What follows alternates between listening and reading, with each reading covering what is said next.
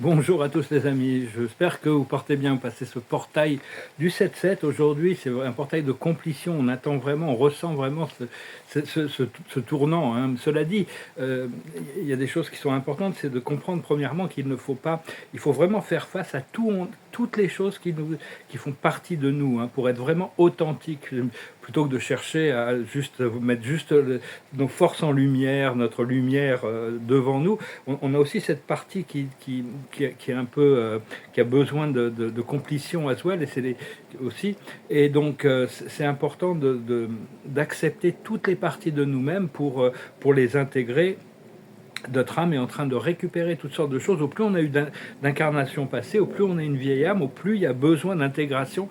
Et donc, et comprendre que tous les challenges que l'on a devant nous dans notre vie sont en réalité des challenges qu'on a créés. Il y a toujours des solutions pour tout, même si on ne les voit pas dans l'immédiat. Et également, un autre fait important, c'est que par exemple, moi je peux discuter un peu de ça, mais les manifestations de notre vie ne sont pas ce que l'on veut, c'est parce qu'il y a encore des choses à aligner à l'intérieur de nous qui ont besoin d'être alignées pour arriver à ce point de liberté. Donc voilà, je vous remercie de votre présence, je vous remercie de venir écouter mes messages, je vous remercie de votre soutien, d'aimer, de partager, de commenter, de souscrire. Je vous remercie pour vos dons. Pour tous ceux qui ont... Maintenant, on devrait quand même pouvoir... J'espère que vous recevez une guidance quand même, des informations de votre moi supérieur, de votre... Toutes les âmes, en réalité, ça vient de notre âme et de notre complexe spirituel. Et tout ça, c'est une recherche de retour à la source. À un moment donné, on a envie de revenir à notre point d'origine, on a revenir, retrouver l'abondance et la richesse du monde spirituel, du royaume intérieur, hein. Donc, quand on est privé de beaucoup de choses à l'extérieur, ça nous force à nous tourner vers l'intérieur, puisque c'est là où on trouve notre épanouissement. Mais on est toujours informé en avance des choses qui arrivent, c'est-à-dire que l'esprit voit les choses, et avant, on nous donne des aperçus, et nous prépare pour des choses qui arrivent. Donc c'est arrivé à avoir la foi et la confiance. Des fois, bon, on est un peu, honnêtement, la patience, j'en ai marre d'être patient, hein, je veux dire. Enfin, pour beaucoup de choses, hein, je ne suis pas le seul, je pense. On n'a pas le choix, on est forcé à apprendre la patience, ça nous enseigne le courage. Comprendre qu'il n'y a pas de limite dans l'infini. Aussi bien dans l'infiniment grand, qu'on ne connaît pas encore, parce que l'univers n'est pas encore dans sa forme, il est constamment en évolution, en agrandissement, mais elle est beaucoup plus vaste et beaucoup plus ancien que ce que l'on pense. Mais il est tout jeune en réalité, parce qu'il va grandir et grandir et grandir jusqu'à s'approcher de l'infini, et aussi bien dans l'infiniment petit. C'est plus facile de trouver l'infini dans l'infiniment petit. Dans l'infiniment petit, c'est-à-dire que tous les espaces, il y a toujours un espace vers un espace vers un espace. Il a été quand même révélé qu'il y a une limite dans la manifestation du monde physique. Les plus petites particules d'énergie qu'on ne connaît pas encore, la science n'a pas encore découvert ça, sont ce qu'on appelle des ultimatons. C'est-à-dire que chaque électron, qui forme la partie féminine électronique, la matière, hein, il y a un proton au centre pour un atome. S'il y a plusieurs protons, c'est que c'est plus un atome, c'est une molécule. Ça, la science ne l'a pas encore compris. Un atome, il n'y a qu'un seul proton qui est 2000 fois plus dense que les électrons qui dansent autour. Il y a 3 circuits d'électrons, 1, 2 ou 3 circuits d'électrons.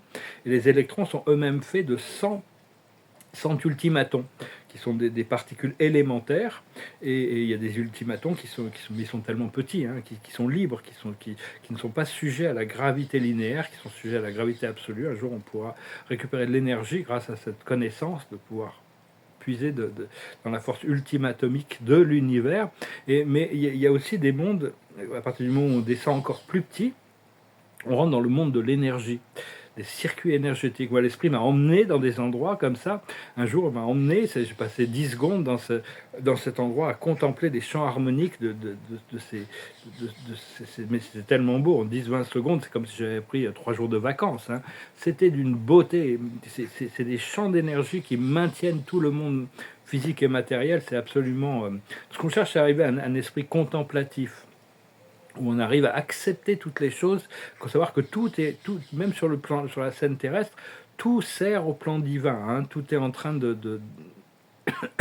il y a vraiment des résolutions qui vont arriver, mais ça passe parfois par des choses qui sont incompréhensibles, qui sont polarisées dans une réalité polarisée, disons, du monde terrestre.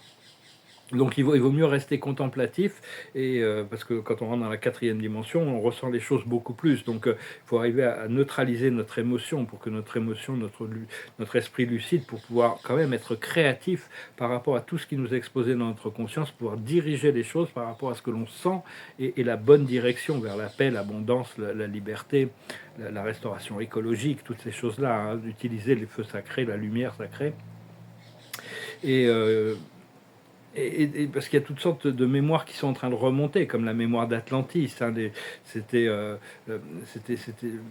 en Atlantis, on était vivait dans la quatrième dimension. C'était un effort de réunir. Le premier Atlantis, il y avait 10 royaumes. C'était un effort de réunir tous les réfugiés des guerres galactiques, hein, les réunir. Et puis il y a eu 200 000 ans d'âge d'or quand même en Atlantis. Et puis il y a eu une destruction de tout le continent d'Atlantis a été détruit. Il n'y a eu plus que 5 îles pendant 5000 ans. Il y avait une société patriarcale, militariste, corporatiste qui s'est organisée autour de Aria, les Ariens, et l'île de Poséida, les Atlara. Donc on a ces mémoires, bien que la société était dans la quatrième dimension, on était connecté à l'univers, on était connecté au plan intérieur. Les prêtres scientifiques de ce groupe, on appartenait à ce groupe qui s'appelait les Atlara, on était dans la 13e dimension, c'est-à-dire on maintenait l'immobilité de la 13e dimension dans les changements, et donc on pouvait se projeter aussi bien dans le temps et l'espace que dans l'espace physique horizontal que dans le pilier de lumière sur les dimensions. Donc ça, c'est des choses qui reviennent, ces mémoires qui reviennent, hein,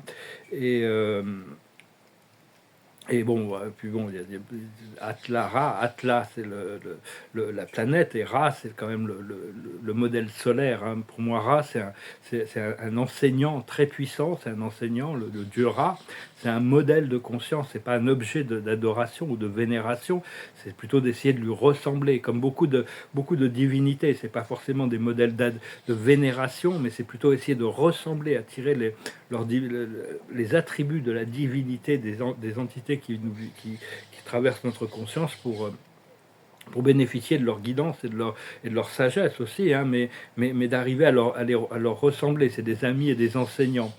Et donc réserver notre vénération au premier créateur. La vénération, c'est différent de la prière, parce que quand on prie, on demande quelque chose, ce qui est complètement acceptable, hein, on a le droit de demander, il faut demander pour recevoir. Mais quand on vénère, la vénération, c'est aimer Dieu juste parce qu'il est. Et éventuellement, on va nous enseigner ce procédé de vénération. Quand on arrive au paradis, il y a des anges spécialisés qui nous enseignent la vénération, c'est-à-dire de pouvoir ouvrir les portes de notre cœur sacré pour qu'il n'y ait plus de portes, pour que l'amour de Dieu flotte constamment. Dieu ne peut pas nous demander, à un moment donné, on va rentrer dans un service éternel, mais Dieu ne nous demande pas de rentrer dans un service éternel tant qu'on n'a pas établi un rapport de vénération. On reçoit pas, c'est-à-dire qu'on peut recevoir l'amour de Dieu de manière constante et permanente pour pouvoir le servir d'une manière constante et permanente. Et donc, parce que l'amour de Dieu déjà nous aime et nous reconnaît de manière complète et nous aime de manière infinie. C'est à nous de le reconnaître et de réouvrir la voie de communication pour apprendre à avoir cet échange cet échange entre la source et nous-mêmes. Hein. L'habilité de ressentir et de se brancher sur la fréquence d'un échange d'amour permanent. Et donc au plus on peut reconnaître la présence du Créateur, au plus le Créateur va nous reconnaître également, hein, parce qu'il il nous reconnaît déjà, mais bon, c'est notre libre arbitre, c'est notre choix personnel de choisir de servir, de retourner à la source éternelle de l'amour du premier créateur, le paradis, le centre de l'infini, pour pouvoir, à un moment donné, il y a on est programmé pour avoir ce désir de retour, hein, ce retour. Et on est forcé d'apprendre la patience. Hein. La patience, c'est pas très agréable. Hein. Moi, des fois, j'ai vraiment envie, ma priorité, c'est de sortir de cette phase d'attente. C'est vraiment... Enfin, d'être OK avec les circonstances de la vie, parce que ça, quand on doit attendre pour quelque chose, c'est justement une opportunité pour changer notre perspective, changer notre conscience, changer notre alignement intérieur, raffiner notre alignement. Et et naviguer tous ces orages, parce que bon, on sert le collectif, on a besoin de notre présence ici dans un corps physique pour servir l'ascension, mais notre âme aussi s'en sert aussi, et il nous reste beaucoup de choses extraordinaires à vivre aussi dans le monde physique. Mais enfin, c'est assez héroïque de traverser, d'avoir choisi de s'incarner à ce moment ce moment précis. Je me dis, ma prochaine incarnation, parce que bon, des fois, je me dis, bon, Dieu me présente des choses qui vont arriver dans mon incarnation. Mais je me dis, si jamais j'y arrive pas, je me dis, là, dans ma prochaine incarnation, je vais être beaucoup plus pratique, hein, beaucoup plus pratique et moins spirituel. Je vais être beaucoup plus dans le plaisir que dans le service. Enfin bon, je regrette pas quand même, parce que bon, peut-être que j'aurai absolument plus aucun désir de m'incarner dans le monde physique après cette incarnation. Je sais pas encore, ça va dépendre des évolutions, de l'évolution de cette vie-là, hein. Donc je dois reconnaître des fois que j'échoue dans ma patience, hein. Des fois, je suis très très impatient. Et donc, par rapport aux manifestations dans la physicalité, je trouve que des fois, je tourne en rond, que je perds mon temps d'être ici, parce que bon, je sais pas. Mais bon, ça me force à tourner vers les plans astro-spirituels, hein, pour évoluer plus loin, plus haut.